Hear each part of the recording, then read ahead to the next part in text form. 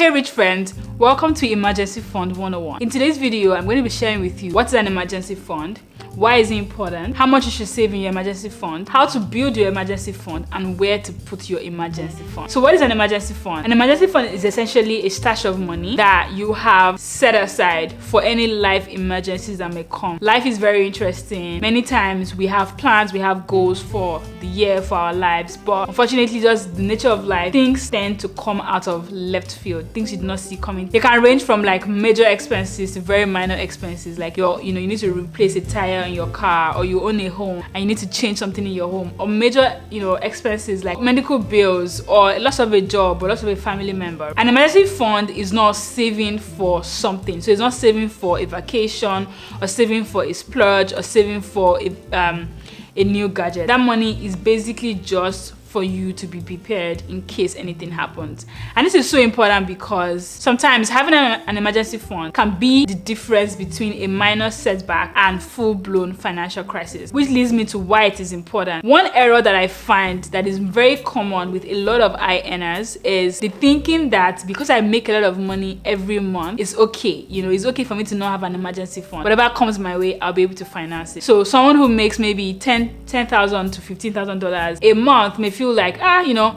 matter what happens, I have enough buffer, which may be true for the little life emergency. But there are many people who are one major crisis away from poverty, like from being actual flat out broke. God forbid, we're not going to have any major life changes, but something could happen. Anything could happen, right? It could even be something that is not within your control. Like God forbid, like a tornado hits your house, like a tornado hits, the house, or there's a major change in government, or something happens to your family. Like anything could happen. And even though you could be a high earner who may be able to adjust from month to month, an emergency fund helps you to have regulation in your expenses. An emergency fund's purpose is actually just peace of mind. It gives you some form of buffer, some form of cushion that, at least minor and to an extent major expenses that come your way unexpectedly will not materially change your quality of life. An emergency fund as well can help you avoid debt. So one way that many people cope with unexpected expenses is by putting it on their credit card. Now, I'm not against credit cards. I have a whole video about how to use credit, very well. I'm probably going to make videos reviewing credit cards and telling you what kind of credit cards you should get. So I'm not against credit cards, right? What I'm against is giving money free of charge to banks through interest expense. Use credit cards, but use them intelligently. Use credit cards to get points. Use credit cards to save money, actually, like your actual cash in the bank for a few days in a month. Get a return on it and then use it to pay down your credit card. Like, use your credit card wisely. But when you're amassing debt on your credit card and accumulating interest expense, you are not being wise and you're not being intelligent with the way you use your money. Using your credit card as your emergency fund is not really a wise, a very prudent personal finance strategy. In the event of a massive financial crisis, a massive expense, you can see yourself amassing thousands and thousands of credit card debt, as well as a lot of money in interest expense, which would have effect on your credit score, which may take a longer period of time to build back. So it's just best. Lastly, emergency funds help you make better financial decisions because they're like cushions. They give you room to think. So imagine that you have like 1 year worth of expenses saved up somewhere. You can, if you're making decisions like changing jobs, or getting married, or like major life, even positive decisions, you have runway. It gives you breathing space to think about the decisions you are making and make better choices. You can decide to delay a purchase. You can decide to take a gap year, a gap month. You can decide to get married and take 2 months of vacation instead of 1 week of vacation, right? An emergency fund provides you breathing room to make better financial decisions. Now, how much should you have in your emergency fund? 3 ways to think about how much you should put in your emergency fund. The first one is looking at your expenses. Second one is looking at your liabilities, and the third one is looking at your comfort level. Let's take them one by one. For your expenses, a very common popular rule that most people have with emergency funds is the 1 1-3-6 rule. So they say that when you are starting out to build your emergency fund, start out by having 1 month of your core expenses saved up. Once you have that, the next goal will be for you to have 3 months worth of your core expenses saved up. Once you have that, the next goal is to have 6 months worth of your core expenses saved up. Now, when we say core expenses, these are expenses that you need to live and survive for a month. And these expenses look different from person to person. But for most people, it includes your feeding, transport, rent, some form of roof over your head. So that could be rent or mortgage for you. Those are the 3 core expenses. But depending on your life circumstances, it could include like medical expenses. Let's say you have a condition that you manage every month, right? That could be a core expense for you. There's some subscriptions too that could be core expenses. Utilities as well could be core expenses. So things like, power, phone bill. Though in seasons of emergencies, you may be able to cut down on those. So maybe not the full amount. So those are core expenses that span across everyone. But looking at your life, there may be some expenses that are core to you. Like you could be like, oh, if push comes to shove, I cannot do without doing my nails. So I cannot do without doing my hair. That's up to you, right? Whatever your core expenses are, try to follow the 1-3-6 rule. That's the basic first level of emergency funds you should have. Now moving on to the second bucket, which is liability. Again, depending on present life situations, your finance situation, it may be helpful and necessary for you to also include potential liabilities that could come up. And a good example of this is if you own a car, and let's even say you don't have a car payment, you own the car full 100% paid up. Your car could become a liability in the sense that something happens to your car, you have a dent that you need to fix, your car has an engine problem that you need to fix. These are expenses that could come up. They are very different. They are separate from your basic expenses, but they're expenses that could come up and could throw you in an emergency. Car is an example. Another example is your home. If you own your own home, your home is an asset, but your home is also an expense generating, asset at least, right? If something happens, a weather problem happens, a pipe leaks, you have an HVAC issue, you have a wall that breaks up, you need to paint, something could happen unexpectedly because by virtue of owning a home.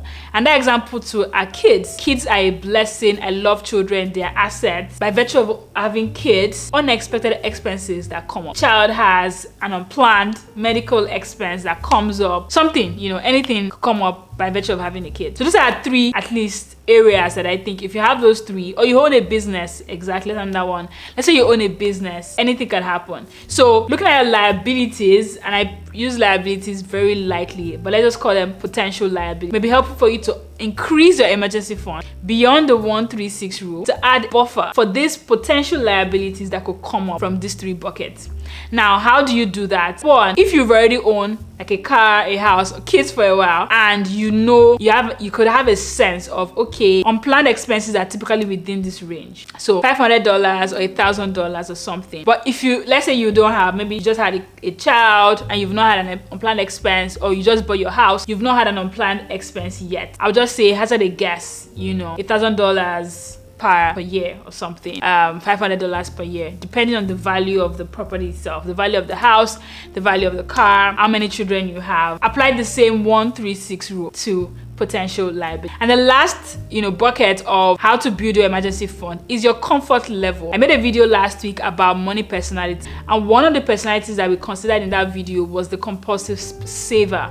This is someone who doesn't feel comfortable if they do not have money just looking at them in their bank account. And this is where this comfort level comes in. You could sum up your basic expenses times 6, add your liabilities, and still feel the number is too small. This is where comfort level comes in. What number are you comfortable with? What I would say about this bucket is your comfort level number should not be lower than your 6 months basic expenses, should not be lower than your liabilities bucket, right? So let's say you already have your basic expenses, you already have your potential liabilities covered, but you still feel, always trust it's always good to trust your intuition, to trust your gut. You still feel like you can do a little bit more. That's where the comfort level number comes in. And this is very, very personal. It depends on you. It could be like, oh, I'm going to add $1,000 more. I'm going to add 5K or 10K more, whatever number that is. What I would just say here as a watch out is your emergency fund is essentially just an emergency fund. It is not a savings fund. It is not it's not a savings fund. It's not an investment portfolio. So try not to put too much in your emergency fund, like 12 months of expenses in your emergency fund may or may not make sense. And you understand what I'm talking about when we talk about where to put your emergency fund. But before we get there, let's talk about how to build your emergency fund.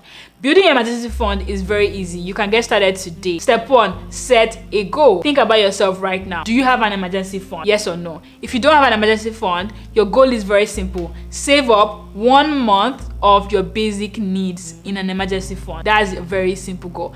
Make it time bound.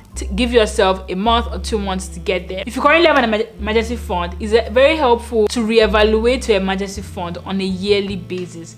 That's because many of us, hard as we may try, tend to experience lifestyle creep. Lifestyle creep is a phenomenon in which your lifestyle, your quality of life, your standard of living increases as your income increases or as you just get older, right? So you could have saved up your emergency fund in 2024 and maybe it was sufficient in 2024. But in 2025, it may be helpful for you to look back at your emergency fund and ask yourself, based on my current quality of life, is my emergency fund enough? Do I have up to 6 months of my current basic needs saved up? If your answer is no, then you need to set a goal. The goal will be to beef up your emergency fund up to 6 months of your basic needs. So that's the first step, is set a goal. The next step is to begin to automate savings or putting money into your emergency fund. Let it be an automatic thing. Let it not be a thing that is subject to your feelings, your passions, your interests on a month-on-month basis. Make it automatic. Another thing you could also do is cut back temporarily. So depending on what your financial situation looks like and depending on the size of an emergency fund that you want to put together,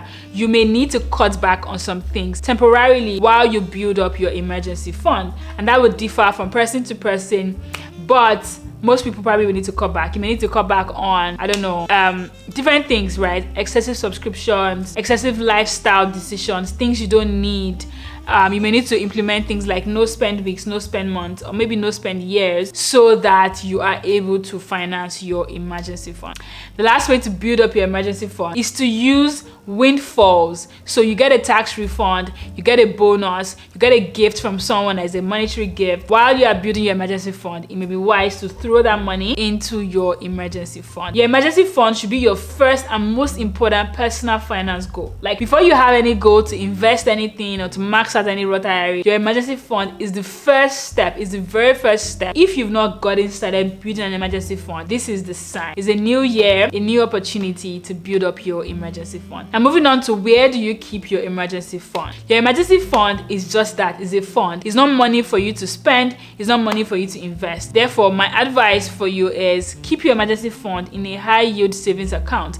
And there are many different ones. One that I know that I've used and I recommend is Marcus by Goldman Sachs. And on this video, I'm going to make other videos comparing different high yield savings accounts. If you know nothing about those ones, I recommend that you stick around, subscribe to the channel so you can be notified when that video comes up. Right now, as you build up your emergency savings fund, put them in high yield savings account. And the wisdom behind this is you want to get return on your emergency fund. So you don't want to just keep your emergency fund in a 0.001 APR savings account. No. You want to keep that money in a high yield savings account so that it generates interest for you. And the value of doing that is as the money grows on its own, it can help you adjust for inflation, can help you even adjust for lifestyle creep. So that's the value of that. Another thing about where to put your emergency fund is do not invest your emergency fund. Don't put your emergency fund in stocks, don't put it in index funds, don't invest it, because an emergency fund is supposed to be liquid. It's supposed to be money that you can access urgently. If you run into an expense today, you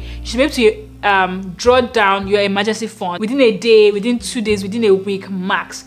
Many of these times, if you put your money in an index fund or in a stock market, your money may go through a lockdown period, a period in which you are not able to access your money. And what's the value of doing that? We don't need that. Also, if you put your money in a stock or in an index fund, it becomes subject to fluctuations in the market. So imagine that you've saved up 50K as an emergency fund, but then you need 50K and you go back to the account and your money is now 45K because the market dipped. We do not want that. We want to keep our money in a place where the value of the money either remains constant or grows, ideally grows. And that's why I recommend putting your money in a high yield savings account, which is also why I don't recommend you putting more than 6 months of your basic expenses plus your liabilities up to your comfort level emergency fund. If you have too much money in your emergency fund, it may not make sense. Portfolio management is very key. You want to make sure that your money, your portfolio is perfectly optimized, and putting all your money in a high yield savings account may not be the best portfolio strategy for you. There could be wider baskets of securities, of assets that you can invest your money in that will give you a higher return than your high yield savings account. If this sounds interesting or even confusing to you, relax. Much more videos are going to come up on this channel about portfolio management, the ideal basket of securities to put your money in. I'm going to talk more about that in more videos. But for now, focusing on your emergency fund, the key takeaway is put your money in a high yield savings account where it is FDIC insured and you have a high enough, the highest interest rate possible